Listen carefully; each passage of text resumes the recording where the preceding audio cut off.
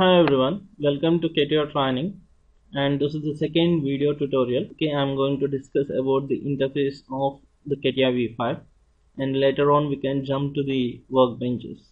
If you observe, you can find the menus and toolbar. Right now we are working on Windows operating system, so you will get all the basic features like menus and toolbars because CATIA V5 is a Windows based package.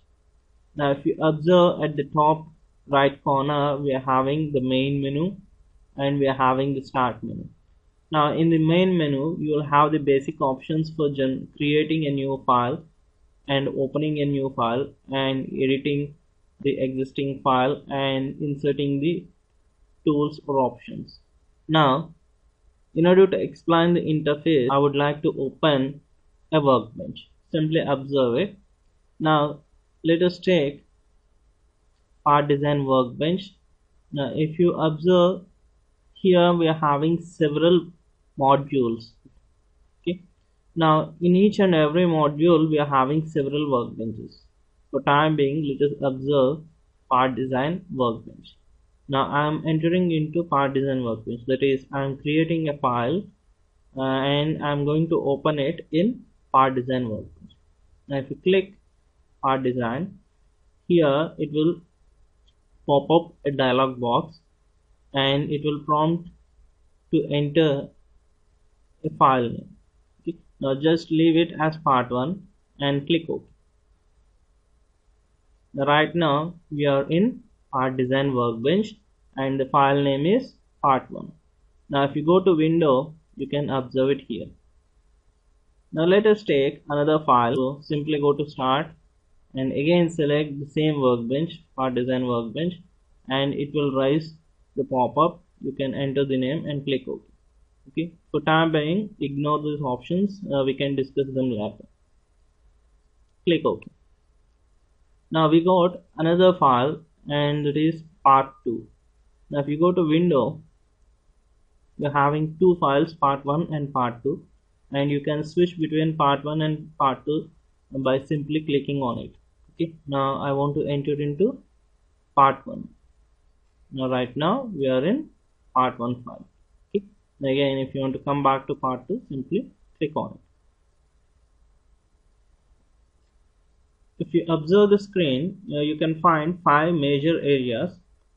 The first one is start menu and the next one is main menu, so this complete menu, and the third one is the specification tree, and the fourth one is the design space with default planes and the compass, and the fifth one is the docs with toolbars. Okay, now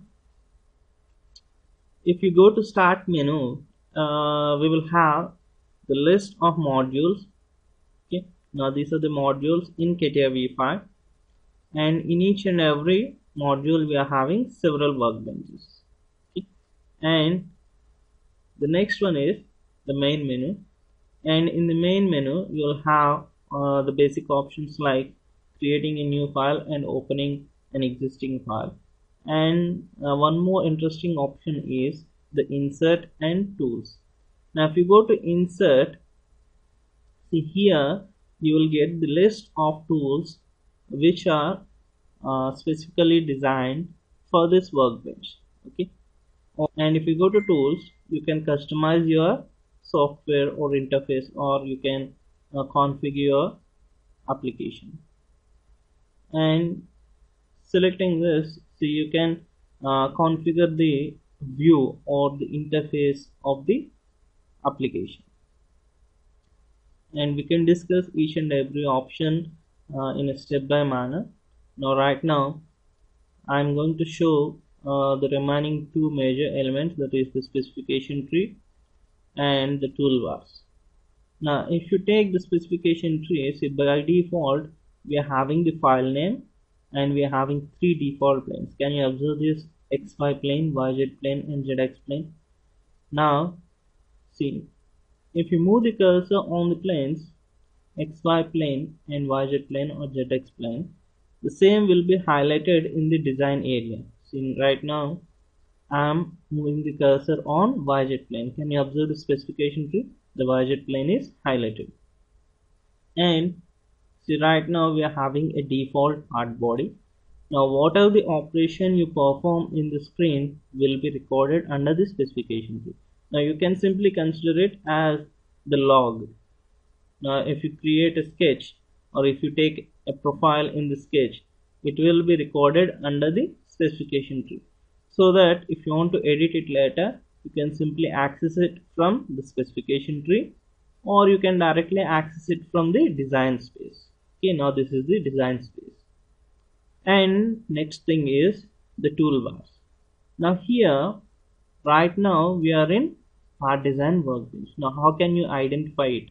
You can identify it on experience by observing the toolbars, okay, by observing the options from the toolbars, or by simply moving the cursor on this icon. See, in each and every workbench you will have a toolbar called workbench toolbar, and in that workbench toolbar you will have the icon, and the icon represents the current workbench. Right now we are in part design workbench, and in the part design workbench we are having several toolbars.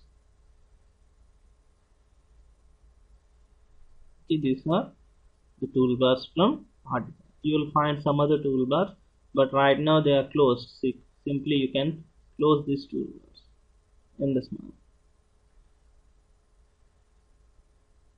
But how to get them back onto the screen? For that you can go to tools and you can select customize. Now we got the customization panel, and here you can select toolbars, and I want to restore all the toolbars from this workbench. For that I'm selecting restore all content, and I'll click restore position. Okay. Now click close. Now we got all the toolbars back, and you can arrange them according to your convenience, but I will advise you to follow a standard arrangement so that you can quickly access the tools. Now first time being, simply let us take the toolbars from the dock.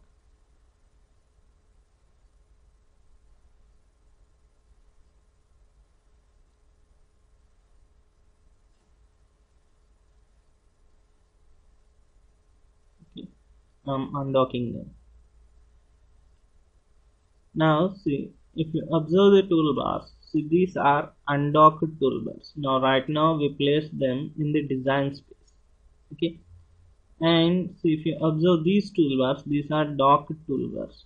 Now you can also undock them. Okay, and if you want to dock them again, simply drag them to this bar. You can create the dock space on the top, right, and bottom, but you cannot create a dock on the left side, okay, because this specification tree is crucial, so it will not allow you to create a dock on the left side. Now let us create a dock on the top. Simply drag the toolbar to the top and leave it. Okay, now we got the dock at the top. Now I want to arrange these toolbars,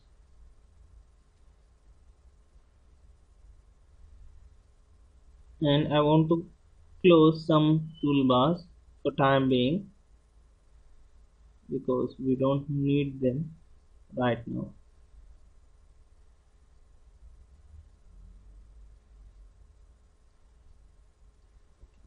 In this manner you can arrange them.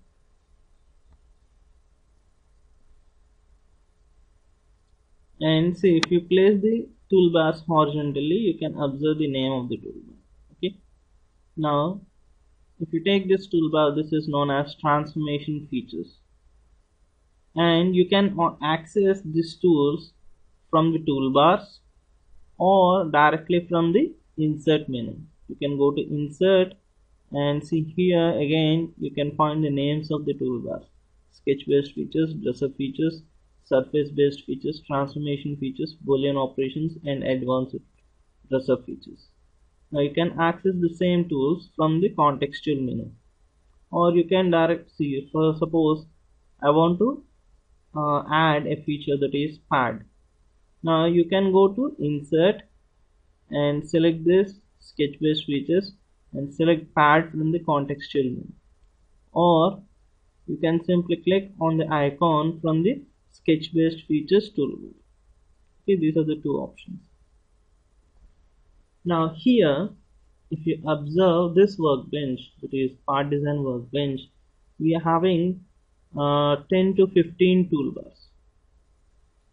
So we can accommodate them, or we can arrange them in the dock, okay, without disturbing the design space. But what if we have to place all the toolbars, that is the toolbars from all the workbenches within a single window? Then the complete screen will be filled with only the toolbars. Then you cannot observe the model. Okay, and that is the reason why CATIA V5 classified the tools into several workbenches depending upon the application. Okay, now if you go to start, we are having mechanical design module, and here we are having several workbenches. Now these workbenches are nothing but classification of tools according to the application. For suppose if you take Sketcher, in Sketcher you can generate 2D geometries or 2D skeletons or 2D profiles. And for this sketch, if you want to apply a feature, then you can go to part design workbench. Now coming to part design, you can apply a feature to both 2D and 3D depending upon the property of the profile. And if you want to generate surfaces and if you want to generate 3D profiles, then you have to search the option from wireframe and surfaces. See, here we are having some other workbenches, and each and every workbench has some specific tools. Now instead of clubbing all the tools within a single window, CATIA V5 classified them into several workbenches. That is the only difference. Okay, now let us do an example so that you can understand. Okay, now let us close this file. Now what I want to create is a helical spring. For that I have to use three workbenches: Sketcher, Part, and Wireframe and Surfaces. Now first of all, if you want to generate a helical spring, you need a helix. So where can you find that option? You can find that option in Wireframe and Surface Design. So select Wireframe and Surface Design, enter the part name and click OK. Now we got part 1. Now if you want to rename it, you can go to properties and you can rename it here.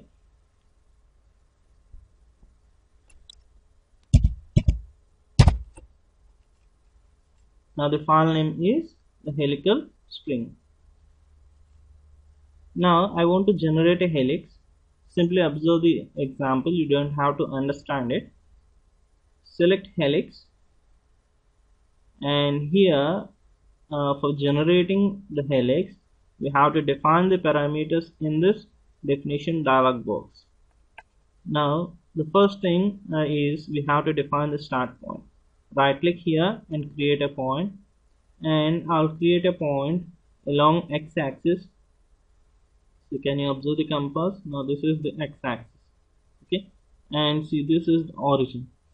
Now from origin I want to apply a length of 60 mm. Click preview and click OK. Now this is my start point. Now I want to rotate the helix about the center axis, and for that I'm going to use the Z axis. Okay, and increase the pitch to 12 mm and increase the height.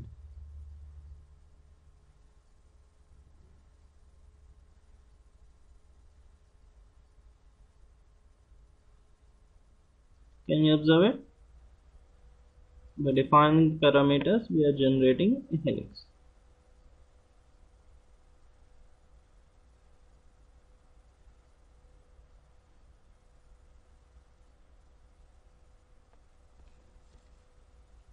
Now, see here, if you apply a feature in this design space, or if you perform an operation in the design space, it will be recorded under the specification tree. Now this is specification, and if you expand it, see right now we are creating a helix under this body, and you can observe the hierarchy.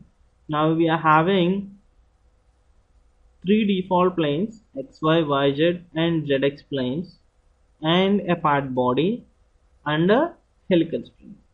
And again under part body we are having helix, and if you expand it, under helix we are having the parameters. See, we applied these parameters in the helix definition dialog box. So these are the parameters. Okay, and you can modify them directly by clicking on the specification tree entries. Now if you want to change the pitch, you can simply double click on it, okay, and modify this value. Now I want to change the pitch to 14 and click OK, and it will be updated. And see right now we got a helix, and I want to apply volume to it. So I will take a plane normal to this helix, okay, that is normal to the curve, and the curve is helix at this endpoint, and click OK. Now can you observe it? See here at the endpoint we got a plane, okay, and the plane is normal to the curve. Now you can simply select this plane and you can select sketch. See, this will take the selected plane into Sketcher workbench. Now right now we are in Sketcher. Okay, now this is Sketcher workbench, and in Sketcher you will find options for generating 2D geometry. Okay. Now I want to generate a circle, and I'll place it somewhere here. And see, the circle center should lie on this endpoint, that is these 2 points should coincide. So I'm going to select these 2 points, and I will apply coincidence constraint, and later we have to apply the dimension for this profile, that is dimension for the circle, and the dimension should be less than the pitch of the helix. So I'm applying 10, and you can come back to wireframe and surface design. Now can you observe it? Now we got the path and the profile. Now what we are going to do is we are going to apply material between this profile along this path. Okay, now this is the boundary and this is the path. Now for that you can go back to part design workbench. So simply go to start menu and select part design. Now can you observe it? There is no difference in the specification tree and 3D workspace while switching from one workbench to another workbench. Only the difference is the toolbars. Okay, now right now we are in part design workbench, so you will have the options to apply material, and if you go to Sketcher you will have the toolbars for generating 2D geometry, and if you go to wireframe and surface design you will have the tools for generating the surfaces and 3D profiles. Now let us go back to wireframe and surface design. Okay, now we are getting some other tools, and if you go to part design workbench you will get some other tools. Now what is the difference between the workbenches? The workbench is nothing but a classification of tools according to the application. Okay, now right now we are in part design workbench, and if you want to apply material you can simply select this rib option select the profile. Now this is the profile, and this is the center curve, that is path. Click preview and click OK. Now can you observe the specification tree? See, each and every operation will be recorded under the specification tree. Now we generated this helix by using the tool from wireframe and surface design, and after that we generated the plane using an option from wireframe and surface design, as well as you can create a plane from part design workbench also. And after that we created this sketch from CATIA workbench. Okay, and after that we applied a feature to the sketch, that is rib, from part design workbench. Okay, now this is how we are going to apply features one by one. So here we are having several toolbars, and each and every workbench you can find some standard toolbars and some toolbars which are specifically designed for the particular workbench. Like if you go to the first toolbar, so this is standard toolbar, you can find it in each and every workbench, because you can open a file, you can create a new file, you can open existing file, and you can save a file in each and every, from each and every workbench. And in the same manner you can find this toolbar also, view. Now this is to adjust the rendering modes and the visibility modes of the design area. Okay, and you will find the same toolbar in each and every workbench. And if you take this knowledge, you can also find this toolbar in each and every workbench. But if you take this sketch based features, you cannot find this toolbar in any other workbench other than the part design. Okay, this is specifically designed for part design workbench, and in the same manner transformation features, dresser features.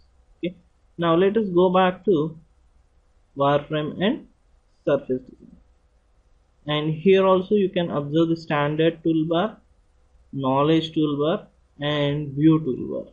Okay,